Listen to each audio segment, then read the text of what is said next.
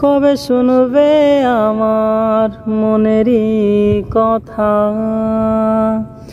আছে যা বলা। কবে মানবে আমার একটা দুটো চাওয়া, কিছু আবদার।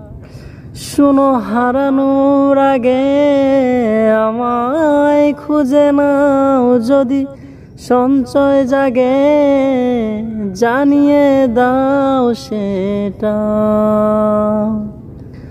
দূরত্ব থেকে গেলে স্বভাবে ভালোবাসা হয় না এভাবে। দূরত্ব থেকে গেলে স্বভাবে ভালোবাসা হয় না এভাবে।